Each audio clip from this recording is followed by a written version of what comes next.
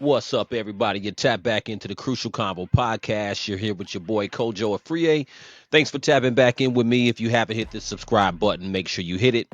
There's so much going on right now. We're going to talk about immigration for a minute. Of course, that is the biggest thing going on right now in LA, and it's also spreading out throughout all the other bigger cities, Chicago, New York. There are protests everywhere. So I want to talk about it for a little bit just to kind of understand. I'm a little confused because, here's the thing with immigration, you have a lot of people protesting, but I'm not really sure what they're protesting for. Now, when you look at the LA riots or raids or protests, whatever you want to call them, depending on who you want to listen to, some people are calling them riots, some people are calling them protests, right?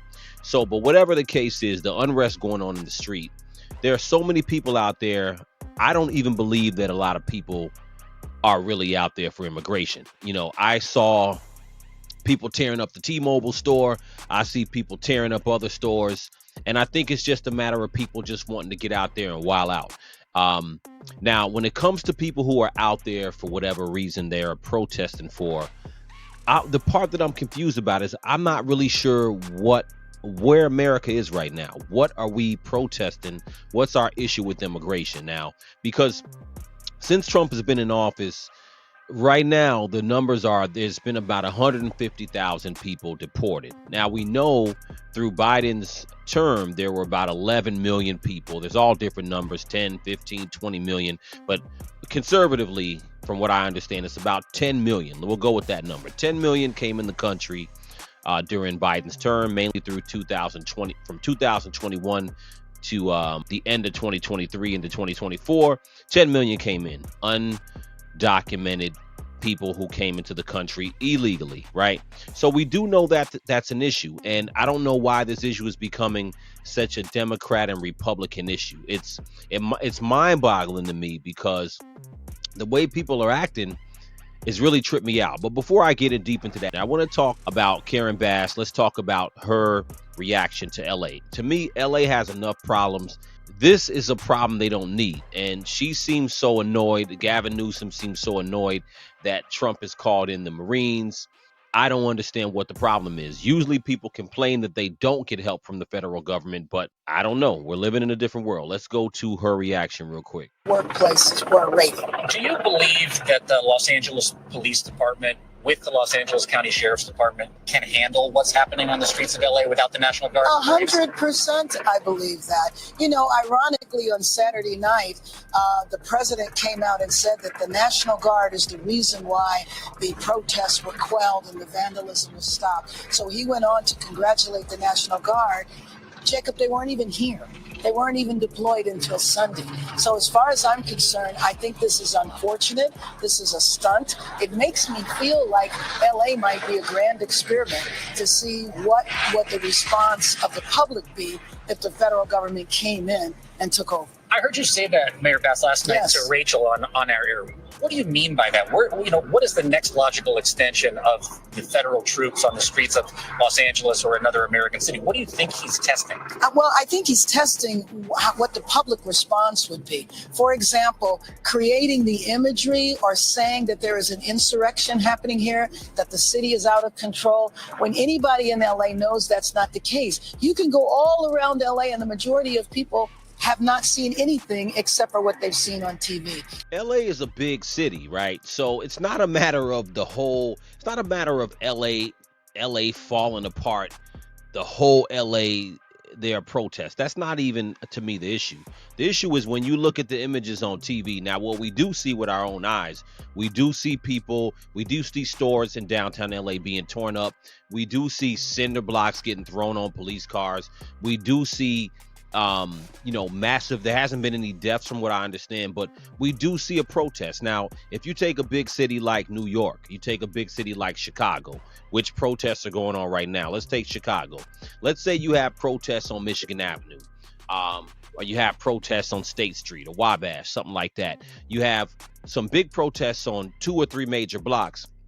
It's still a problem. It's a big city. It's going to take a lot for the whole city to have a protest. So the idea that this is not all over LA is not really something to even I don't see what the issue is. So even if they have too much help. At the end of the day, you want the protest to end. So this was earlier, she said that. And then later on, now, let's go to the conversation. Now they're implementing the curfew. Now, let's go to that. So if it's not a big problem, why are we instituting a curfew? Last night, there were 23 businesses that were looted. And I think that if you drive through downtown LA, the graffiti is everywhere and has caused significant damages to businesses and a number of properties. So my message to you is, if you do not live or work in downtown LA, avoid the area. Law enforcement will arrest individuals who break the curfew, and you will be prosecuted. The curfew will be in place tonight from 8 p.m. until 6 a.m. I want to thank the governor for his partnership, and especially thank our state and local leaders and deputies, officers and deputies who are working tirelessly. So curfew guidance, again, it will begin at 8 p.m. tonight and go until 6 a.m. tomorrow. Depending on who you listen to, again, 1 minute they're saying that this is just a couple blocks in LA, it's not the whole city, and now we're implementing the curfew. So obviously it's bad enough to implement a curfew. Now, let's talk about immigration, right? So I want to understand the people who are protesting. What are they protesting? Now, when I go through and I've looked at some of the images, I've read some of the comments, and what I've seen is that, the people who have the outcry are saying that, hey, some people are saying that, hey, this is stolen land. California, New Mexico, Texas, other parts of the country used to be Mexico. We all know this. So is that the rationale we're going with, that this is stolen land and there's no room for America to implement any level of immigration law? I'm confused. I feel like as Americans, we want everything. We want secure borders, but we don't want secure borders. People are here. We don't want to figure out how to get them out. And, just for clarity, I want people to keep in mind, right? Like when Barack Obama was in office, and I said this before on other shows, Barack Obama deported 3 million people during his term. And if people go look at the stats, he deported 3 million people, and about 75 to 80% of them never saw a judge. They had expedited deportations, if you will. I may have the word wrong, but about 75% of people never saw a judge. So he was getting people out of the country too. We're acting as if Donald Trump is the only president who's ever focused on deportations. Now, again, the optics may be that was a big part of his campaign to kind of go in and totally expedite this process with ICE to get illegal people out of the country. But again, we had a huge amount of people that came in right before he was in office during Biden's term. It is what it is. I don't understand. So if you go back to Trump's first term, he deported less people than Barack did in his term, right? So what are we really arguing about? What are people actually arguing about? I think that this has become a whole Democrat issue, and we're likening immigration to all human rights allegations. We're likening immigration to slavery in some cases. I'll play a clip from Bakari Sellers in a minute regarding that. And I think that people are arguing. It's very ambiguous. It's very vague what people are arguing. What do they want to happen? Now, again, like I said, during Barack Obama, if you go back to Barack Obama's presidency, which, he's the creme de la creme, or was the creme de la creme of Democratic presidents. I voted for him, as well. But he did what he had to do when it came to immigration. No one protested immigration. No one had an issue with immigration really until now. And I'm confused because at the end of the day, we never had a situation. I don't know of a time in my life where we had that many illegal immigrants come into the country. So, this argument that we're a country of immigrants and everybody has a right to be here is a strange argument. And what I want people to really think about, again, I said this before, if you go into another country right now as an American, if you feel like you deserve to go anywhere you want and go into a country, I urge people, get up, go fly somewhere, get your visa, go into a country, stay as long as you want and see what happens to you. You understand what I mean? I want to go into Gavin Newsom for a minute. So Gavin Newsom, let's listen to him talk. I mean, this guy, Gavin Newsom, man, they really have to. They've got to vote this guy out. California is so reckless. California has the worst taxes. They have one of the highest costs of living outside of New York, or it might be more than New York, but anyway, it's in the same category. Highest cost of living, huge homeless population, gangs, crime, you name it. Unaffordable, unattainable living for many people in California, and ridiculous taxes, right? So they have every problem known to man. And this guy, let me play this real quick. 75 CHP officers, technically trained officers, tactical teams to address Donald Trump's mess. We are here to support local law enforcement, the sheriff's office, LAPD, but they didn't need that support. He made this up. This is a manufactured crisis in order to get under the tent to start to stretch credulity and to begin the process of moving inevitably towards a constitutional questioning crisis around posse comitatus. And it's, I think, inevitable. That's where he's going. Tom Homan, the border czar, said to me yesterday he did not rule out literally arresting you, Yep. nor Mayor Bass, Yep. if you interfere in his words. He said you hadn't yet. He's a tough guy. Why doesn't he do that? He knows where to find me. But you know what? Let your hands off 4-year-old girls that are trying to get educated. Let your hands off these poor people. They're just trying to live their lives, man. Trying to live their lives, paying their taxes. Been here 10 years. The fear, the horror. The hell is this guy? Come after me, arrest me. Let's just get it over with. Tough guy. You know, I don't give a damn. But I care about my community. I care about this community. The hell are they doing? These guys need to grow up. They need to stop. And we need to push back. And I'm sorry to be so clear, but that kind of bloviating is exhausting. So, Tom, arrest me. Even if y'all don't need the help, what is it going to hurt? I don't understand why people are mad at the federal government. You know, when the federal government doesn't help and you have a problem in the state, then people get mad at the federal government. But for whatever reason, with this particular administration, there is this sensitive thing about Donald Trump. And I don't see what the problem is. At the end of the day, the protest, if you're peacefully protesting, then stores aren't getting torn up. If you're peacefully protesting, you don't see cars on fire. If you're peacefully protesting, you don't see cinder blocks getting thrown at police cars. You don't see it happening. Someone has to deal with immigration, and the people who are protesting need to have some clear idea of what are y'all protesting for? What do y'all really want? Do you want no immigration?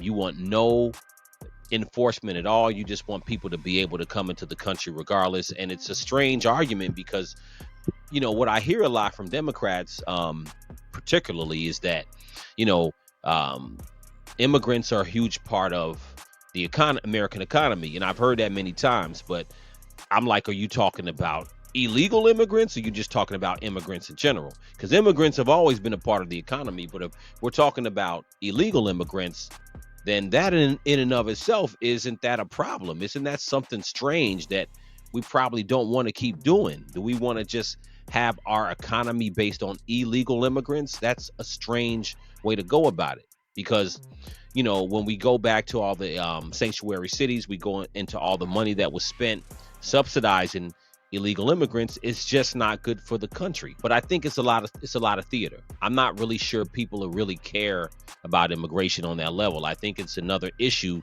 on the Democrat side that they are holding on to get people to be angry at the Republicans. And I think this is a game. This is a dangerous game because it's really not. It's not pushing forth a real solution. And it tells you something to me. If you live in this country legally, it tells you that, okay, you know, the other party, Democratic Party, do they actually care about immigration, and do they have a plan as far as how to enforce immigration?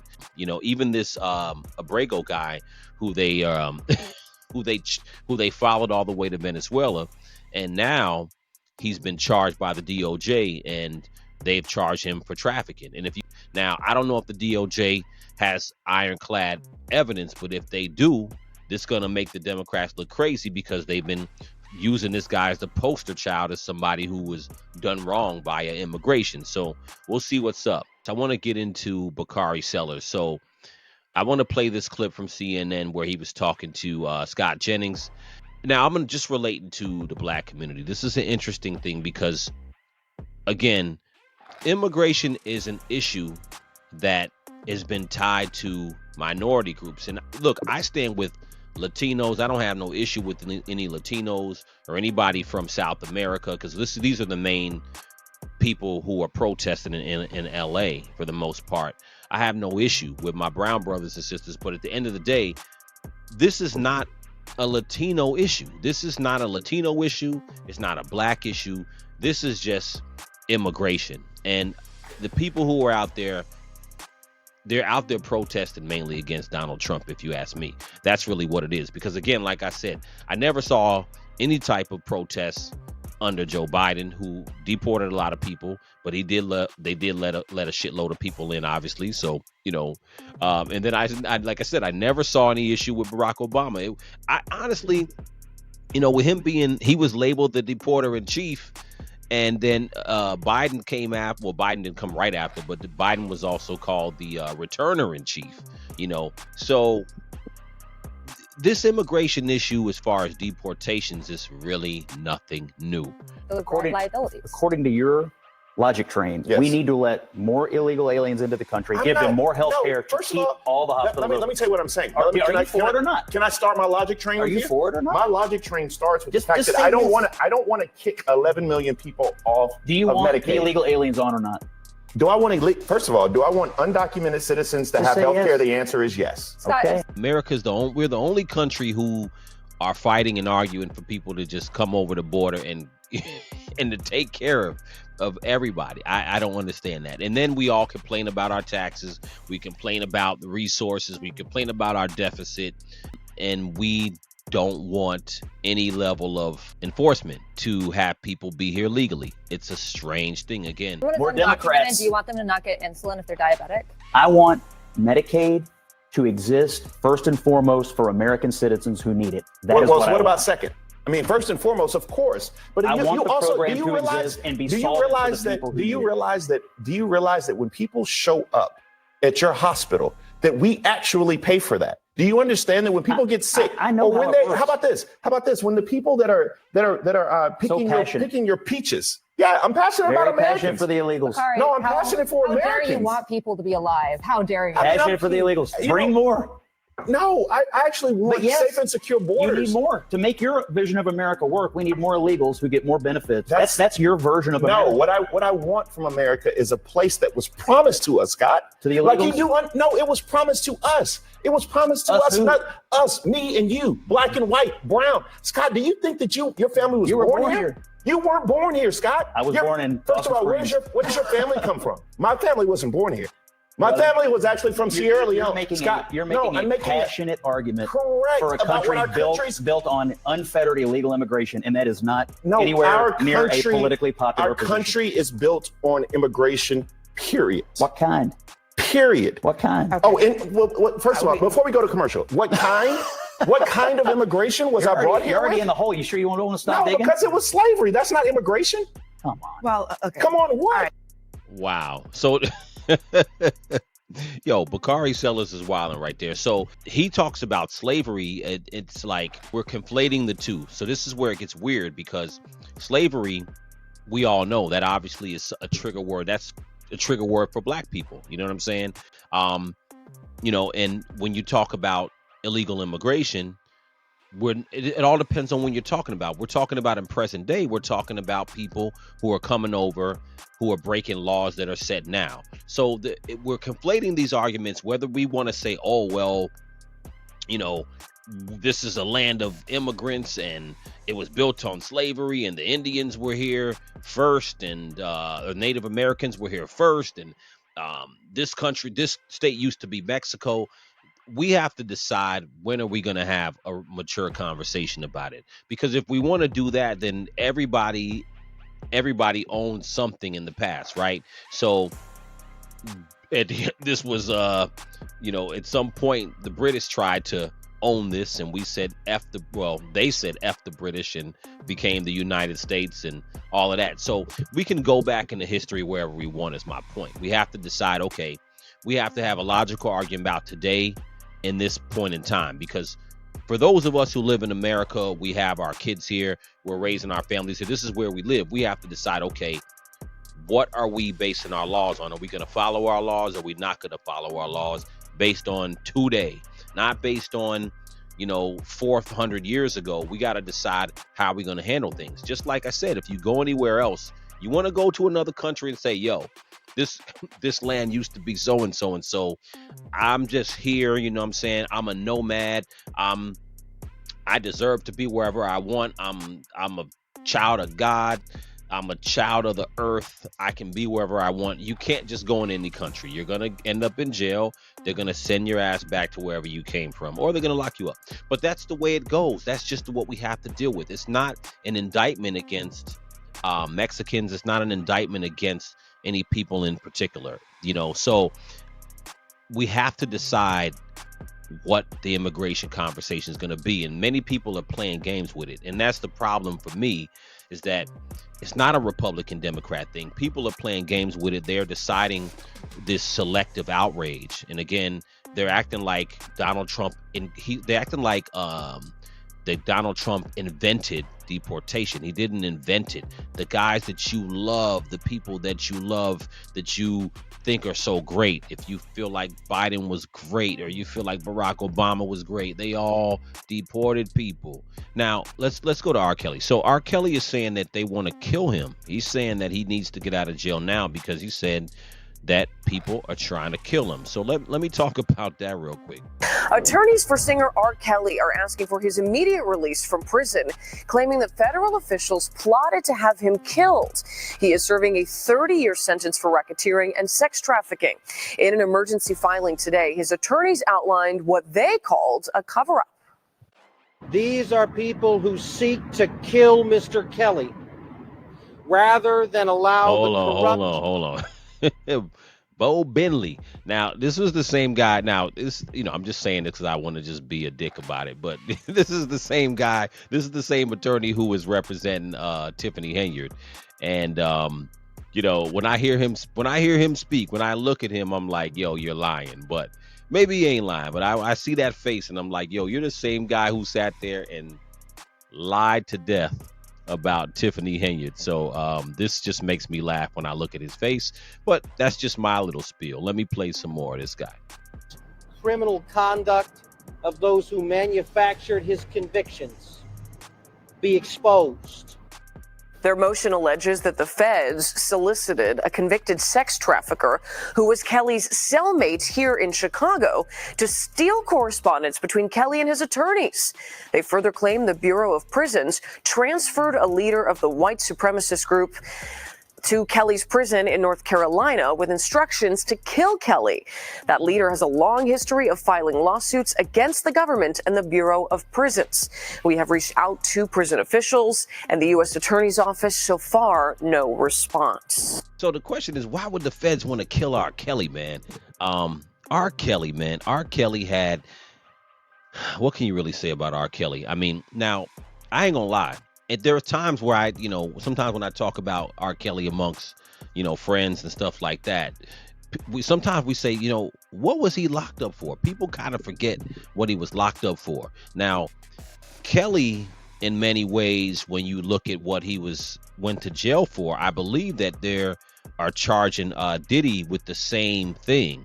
So there's the Mann Act, and then there's racketeering. So it looks like it was kind of weird. Now, here's what Kelly, being from Chicago, I was surprised he wasn't locked up a long time ago, but obviously he was just somebody who had kind of he's living a rock star lifestyle, sleeping with women. His biggest issue was dealing with women that were underage, and we all know that was what was happening as far as, but how many people he dealt with underage, and whether those people ever testified and whether they had evidence of that, I really don't know. I think that but he did get convicted. Let's see, he got convicted of the Mann Act and he got racketeering. What I like to understand is why would they want R. Kelly dead? What does he know? Because if the feds want him dead, then I think he would know something, right? But Bo Bentley is representing him. I was poking fun because he represented, or maybe still represents, Tiffany Henyard, the most corrupt mayor in the nation, of course, representing Dalton, Illinois, which he's no longer the mayor of, but he was representing her, that lawyer. And with they're trying to get R. Kelly out. I'm wondering if it's going to be possible whether he could get I don't know if they're trying to go for a pardon or trying to get him in some transferred somewhere else. I don't know. But, if the feds wanted him dead, he would probably already be dead. So I don't know where that's coming from as far as that, but he obviously fears for his life. Now, R. Kelly, he had all the chances in the world to fall back and chill and not be in jail despite all the things he had done in the past. But things catch up with you, and when they want you, they want you. So I think by the time he got charged, the feds were definitely focused on him. Relating this to Puff, right? I think, or Diddy, whatever y'all want to call him, relating this to Diddy, it's kind of the same situation in the case that I think the feds have a serious hard on to get him convicted. I still don't think Diddy's going to go to jail. But I think that with Kelly, I think it was the child porn part that was probably what got him convicted more than anything else. And again, people knew he was dealing with kids, at some point dealing with people underage. And I think that's what kind of got him more than anything else. These guys, the sex trafficking thing it's a technicality. I think that they'll get these guys on when they're paying for people to come across state. I think, most of the adult people who were involved with R. Kelly were dealing with him consensually, but whether the feds want him dead or not, I guess we're going to see about it, but we shall see. Now, the Punisher, this is the sex worker, one of the main sex workers who was sleeping with Cassie. He testified obviously in the Diddy case, and it's an interesting thing because this guy seems like a very normal, intelligent guy, for the most part, and he kind of details how he slept with Cassie in these, not even, I don't even call it a freak off. It really just sounds like more of a private session where he was sleeping with her, and Diddy enjoyed to be there and watch in the corner. And again, I don't see a lot of this as being something you go to jail for, but I just think it's something that people like to hear about, and the feds decided to have him testify. I'm gonna play a little bit of his Vlad interview. He talks about because everybody wanted to know, well, how was it to be with Cassie? What was it like to be with Cassie? I don't know why everybody wanted to know. I mean, why the feds had him testify, I really don't know. He didn't feel like he was helping the prosecution or the defense in any way. I think that, again, this was just somebody they hired just to have, Cassie actually reached out to him. He talks about how Cassie is the one who actually set up everything to happen. And then he talks about how Diddy was in the corner with the veil on, and then eventually he was in the corner naked with a Yankee hat. It's interesting to people to hear about how freaky this thing is, but there hasn't been much crime as far as from what I've seen yet. And I think that again, I think he's gonna walk. The feds, I know they have a 97 or 98% conviction rate, but I think he's gonna walk. Let me play the part where he talks about Cassie real quick.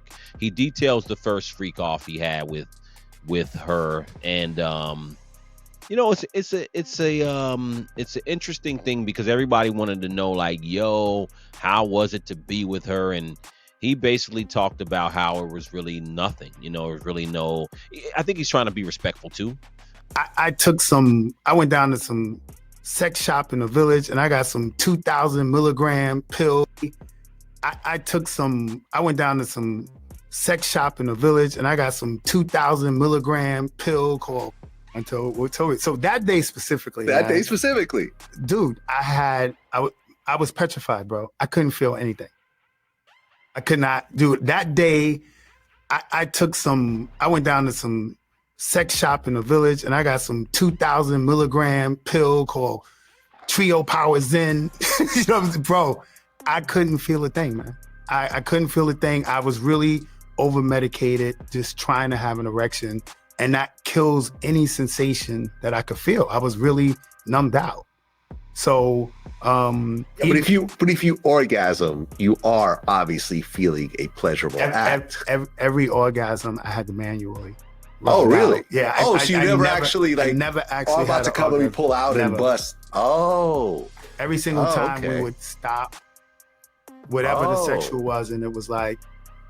That's how I told you it was almost like mandatory, because it wasn't in the normal flow.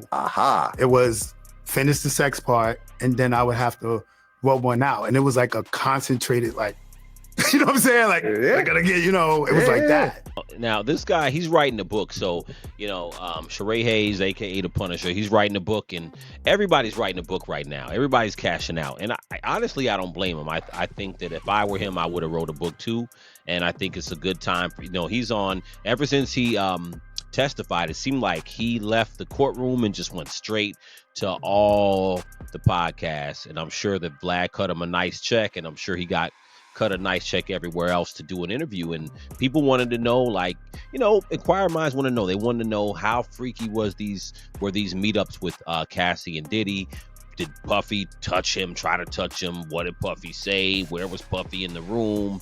How much baby oil, how crazy things were. I think people just want to know, and that's people's minds sexually, to want to know, what happened. I mean, people's curiosity, you know what I'm saying? But none of this is like really meeting up to what you would think of as a crime or something that someone has went through. And I'm not saying that Puff is a good guy. I'm not saying that he's somebody who didn't do any wrong to people. This is just really opening the door to show, how freaky, how weird, honestly, very weird sexually, and how far some people really have to go to get off and be satisfied sexually. Some people go so far that it destroys their life. I mean, sex is a great thing. We all love sex.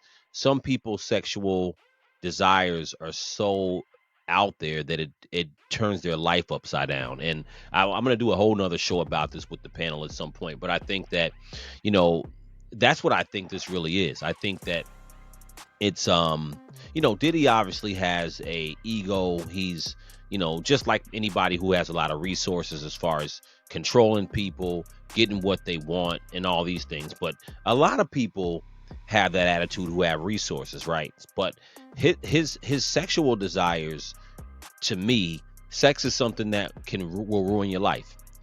If you don't get control of your desires and how you go about stuff, it can really turn your life upside down. And this guy Sharay Hayes talks about, going to the hotel and waiting like 2 hours. The whole meetup for the sex freak off would be, the whole time he'd be there would be about 5 hours, but really the sex part, he said, was about an hour, maybe an hour and a half.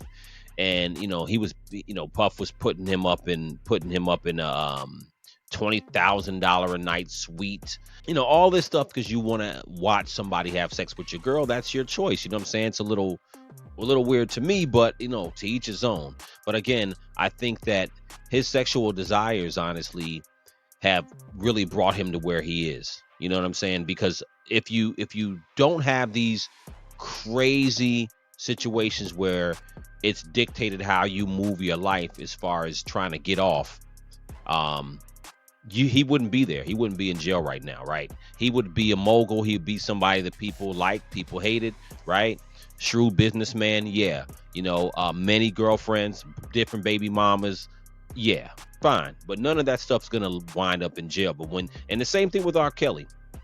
When you start having these sexual desires that are so out there, and you can't control it, you have a lot of money, so you can have, maybe a non-traditional relationship, and as they did. But when it gets to the point where you're involving so many people and you have all these different people going on, you don't know who's underage in some situations, you're paying to have people travel to come see you. This is where you open yourself up for trafficking and things like that. So I'm not saying Puff is an angel, but at the end of the day, Sex will destroy you if you let it. So anyway, but let me know what you guys think in the comments. You're tapped into the Crucial Convo podcast. Tap that subscribe button. I appreciate all the new subscribers, and I will holler at you guys later. I'm out of here.